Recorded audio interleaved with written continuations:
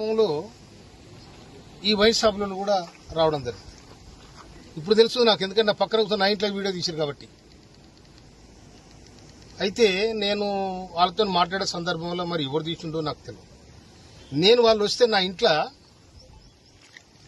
ఇంట్లో వాళ్లకు ఛాయ్ ఇచ్చి మంచినీళ్ళు ఇచ్చి మర్యాద చేసి నా దగ్గర కూర్చొని పెట్టుకున్నాను. ఏ ఎమ్మెల్యే కూడా కూర్చొని పెట్టుకోడు. నా దగ్గర కూర్చొని పెట్టుకుంటే నేను ఛాయ్ ఇస్తే నా ఛాయల్ని ఇసం పోసిరు, వాళ్ళని ఛాయ్ అయిపోయారు. ఇది తీన్మార్ మాలిగాడు చేసిన లెక్క. ఇది వారి మనసులు ఇవాళ ఒక మందుల సామెలంటోడు నికారసన ఉద్యమకారుణ్ణి ఇవాళ తుంగతుర్తి ప్రజలు నన్ను దీవించి ఈ విధంగా గెలిపించారు. నన్ను డ్యామేజ్ చేయడానికి, నా మీద బ్లాక్మెయిల్ చేసి నాతో డబ్బు తీసుకోవడానికి టీఆర్ఎస్ తో కుమ్మక్కై నేను లిక్కర్ దందా చేసినా, లేక భూముల దందా చేసినా, ఏం దందా చేస్తా? నేను నా దందంతా ప్రజలతోనే, నా జీవితం ప్రజలతోనే బతికినాను నేను. అందుకోసమని నాతో డబ్బు లేని నాడు జనము మొన్న ఎన్నికలలో నాకు సందాలిచ్చి గెలిపించుకున్న ప్రజలు. అటువంటి చిల్లర దందాలు నేను చేయను. కానీ చిల్లరేషాలేసి ఇవాళ ఎవడైతే నా మీద వీడియో తీసుండో వాడు పోయి ఇవాళ ఆ తీర్మానం మల్లయ్య స్టూడియోలో కూర్చున్నాడు. మరి అతను చేపించినాడు అనుకోవాలా, ఎవరు చేపించినాడు అనుకోవాలా నేను? అందుకోసం దీన్ని చట్టపరంగా ఇవాళ ఒక దళితుడు, ఒక మాదిగ వ్యక్తి రాష్ట్ర ప్రభుత్వంలో ఉండడం ఇష్టం లేదా? బీసీలు అంటారు, ఎస్సీలు అంటారు, ఎస్టీలు అంటారు, సామాజిక న్యాయం. ఎక్కడ పోయినా సామాజిక న్యాయం ఇదేనా? బ్లాక్ మెయిల్ రాజకీయాలా? సామాజిక న్యాయం ఇదేనా? ఇది కాదు కదా. సమాజం ఏమనుకోవాలి? దమ్ముంటే తుంగతుర్తి గడ్డ మీదకి రా, తుంగతుర్తి గడ్డ మీదకి వచ్చి ఇవాళ నేను చేసింది నాకు చెప్పాలి. లేకపోతే దీని చట్టపరంగా నేను తప్పకుండా నేను చర్య తీసుకోవడానికి ప్రభుత్వాన్ని విజ్ఞప్తి చేస్తాను.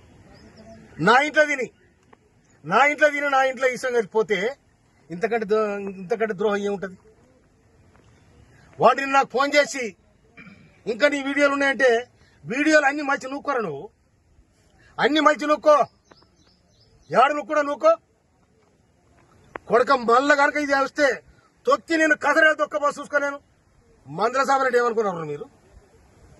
నేను మా కార్యకర్తలు దాచుకుంటే న్యాయం కోసం తుంగతుర్తి పోరుగడ్డ కొట్టని గడ్డ. కానీ మమ్మల్ని బ్లాక్మెయిల్ చేసి, మమ్మల్ని చీటింగ్ చేసి నా ఇంటికి వచ్చి నా దగ్గర తిని నాకు వీడియో తీపిస్తారా మీరు? నేను ఇవాళ సమాజంలో ఒక మార్పు రావాలి, గుర్తింపు రావాలి, ఒక సమాజం ఈ విధంగా ఉండాలని ఇవాళ కాంగ్రెస్ ప్రభుత్వం, ఇవాళ రేవంత్ రెడ్డి ప్రభుత్వం మేము విజ్ఞప్తి చేస్తే మాకు ఏబిసిడి వర్గీకరణ చేసింది. మాదిగ మంత్రి కావాలని కొట్లాడినా మేము. కొట్లాడి అధిష్టానం పోయి ఇవాళ మాదిగ మంత్రిని తీసుకొచ్చిన వాళ్ళ ప్రధాన పాత్ర వహించిన నేను. నా తమ్ముడు ఎమ్మెల్యేలు అందరూ అక్కడ చిన్నోళ్ళు, నేను చెప్తే వినరు వాళ్ళు. అరే తమ్ముడు, మనము చెదిరిపోతే ఆగమైతే వద్దురా, రాష్ట్ర ప్రభుత్వానికి మనం విజ్ఞప్తి చేస్తే మనకు మంత్రి పదవి వస్తుంది, సామాజికంగా మాదిగలకు కూడా అవకాశం ఉంటుంది అని చెప్పి నా ప్రయత్నం చేసిన. ఈ ప్రయత్నం కూడా మీరు ఓర్వలేకపోతున్నారు. మీరు ఓర్వలేకపోయినా ఓరుతున్నారు, అది నీ కర్మ. కానీ సమాజంలో చెప్పే మాటలు ఒకటి, చేసేది ఒకటి, చీటింగ్ దందాలు, మాఫియా గ్యాంగులు ఏమంటారంటారు, నా దగ్గర చూపెడతారా? అందుకోసమనే ఇయ్యాల నేను నా మీదనైతే ఎవరైతే అకారణంగా నా ఇంటికి వచ్చి నా ఇంట్లో అన్నం తిని నా అన్నంలో ఇష్టం కలిపోయిన ఎవడైతే వారి మీద తప్పకుండా చర్య తీసుకోమని రాష్ట్ర ప్రభుత్వానికి, పోలీసు యంత్రాంగాన్ని కూడా చెప్తున్నాను. నిజంగానే నాకు ఎవరు డబ్బులు ఇచ్చే చెప్పాను, చెప్పాను. వాళ్ళు వస్తే తప్పకుండా అన్ని వ్యవహారాలు మాట్లాడతాం. ఒక మనిషి ఇంటికి వచ్చినప్పుడు ఉత్తు వచ్చి కూర్చున్నా కూడా ఏం జరుగుతుంది, తుంగతుర్తి ఏం జరుగుతుంది, రాష్ట్రం ఏం జరుగుతుంది మాట్లాడతాం. సార్ అంటే ఆ వీడియో వ్యవహారం అంటే ఉద్దేశపూర్వకంగానే జరిగిందంటారా లేదంటే